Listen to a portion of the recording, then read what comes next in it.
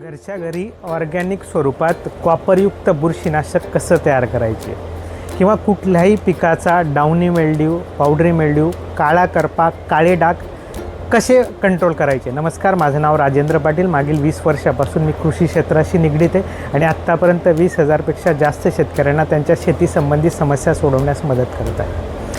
जर तुम्हाला घरच्या घरी कॉपरयुक्त बुरशीनाशक ऑर्गॅनिक स्वरूपात तयार करायचं असेल तर सगळ्यात पहिले आपल्याला कुठलंही जे आंबट ताक आहे, आंबट ताक घ्यायचं आहे.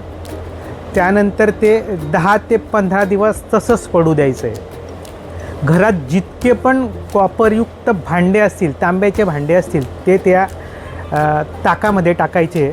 10 ते 15 दिवस त्या ताकाचा रंग बदलेल.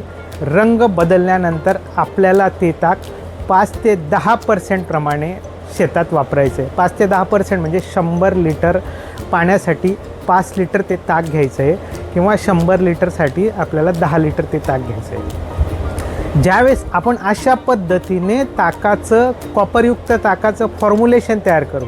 कॉपरचे भांडे टाकण्याचा उद्देश असा आहे की कॉपरयुक्त भांडे टाकल्यामुळे तांब्यातलं कॉपर हे त्या ताकामध्ये उतरेल आणि ते कॉपरयुक्त बुरशीनाशक तयार होईल.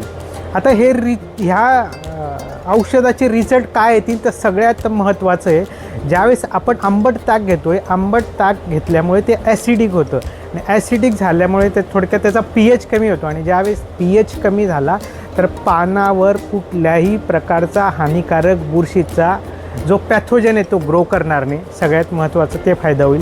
त्याच्यामुळे कुठल्याही प्रकारची हानिकारक बुरशी आहे तिथेच थांबेल, कंट्रोल होईल. दुसरं, मायक्रोन्यूट्रिएंटची कमतरता दूर होईल. मायक्रोन्यूट्रिएंटची कमतरता म्हणजे थोडक्यात कॅल्शियमची कमतरता दूर होईल. कॅल्शियम म्हणजे थोडक्यात कॅल्शियम जर माणसात वाढला तर माणसामध्ये इरिटेशन वाढतं. तोच कॅल्शियम माणसात कमी झाला तर माणसाला थोडेसे हाडं ठिसूळ होतात.